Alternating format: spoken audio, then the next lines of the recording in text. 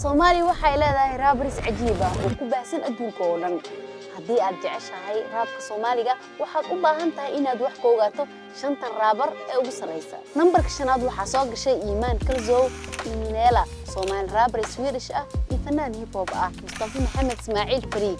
waa heesaa uu fadhigiisu yahay Imaaraadka Carabta, waxa uu ka mid yahay ka qayb qaatayaasha fanka Carbeed ee muusiga raabka. Xabiib Maxamed oo ku magac dheer Baadi Elis, heesaa reer Torona ah asalkiisu yahay Soomaali, waxa uuna bilaabay raabka xorta ah maalintii 2015. Saalax Cabdi Cabdulle oo ku magac dheer Drilo, Soomaali Swedish heesaa ah, waxa uu caan ku noqday albumadiisa Noohaasta Mayaya iyo Flawless 2019. Nambarka koobaad waxaa soo galay Maxamed Mustafa Sheekh Xasan Big Moha oo jooga Muqdisho, waxa uu caan ku noqday kor u qaadida raabka xamar, isagoo taageero weyn ka helay dhalinyarada Soomaaliyeed.